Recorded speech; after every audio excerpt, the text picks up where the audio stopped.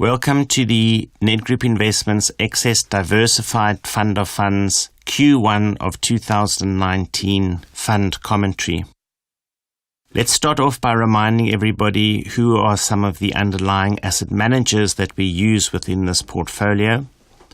On the equity side, we make use of ABAX, Furt and Marzi, with ABAX also managing a small and mid-cap equity portion of the portfolio, and Tequanta a passive portion.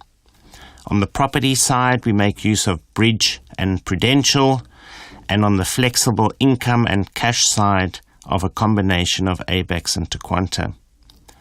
On the offshore fund side, we have a great mix of managers, with Veritas, who are based in London, managing an equity portion, Coronation, some emerging markets, FPA based in Los Angeles, a flexible multi-asset income portion, and then finally Resolution Capital based in Sydney, managing global listed property stocks.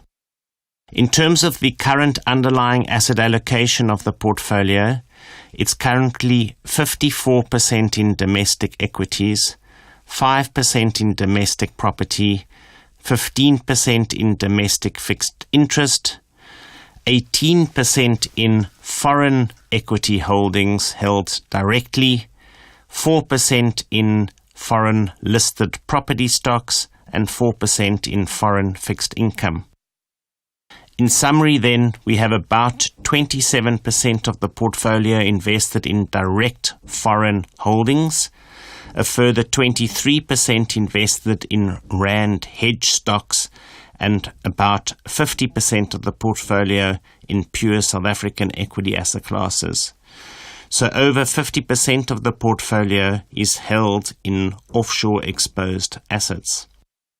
In terms of the top 10 holdings within the portfolio, the three biggest equity holdings would be Naspers at 4.1%, Sasol at 2.8%, and British American Tobacco at 2.7%.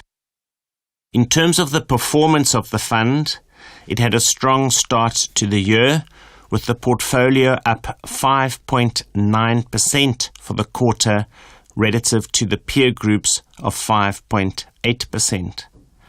Over the last 12-month period, the fund is up 5.3% relative to the peer groups up 5.8%. If we look at the contributors over the first quarter of this year, first of all, the domestic equity carve-out did well for the quarter, largely led by the rand hedge stocks.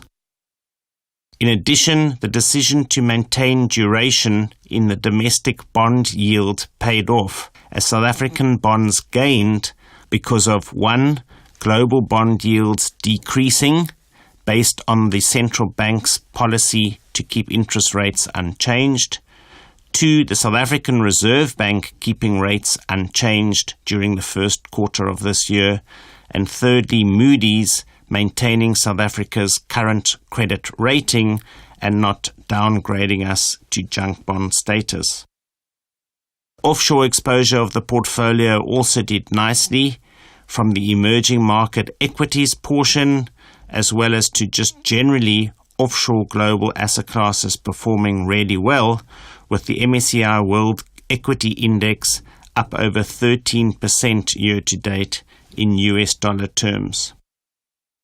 In terms of trades within the portfolio, no material changes were made within the funds, but rather slight tinkering around the edges with the daily inflows and outflows of the portfolio just to maintain our desired asset allocation levels. So overall, it's been a strong start to the year with the fund up close to 6%, and we certainly hope that this continues for the rest of the year.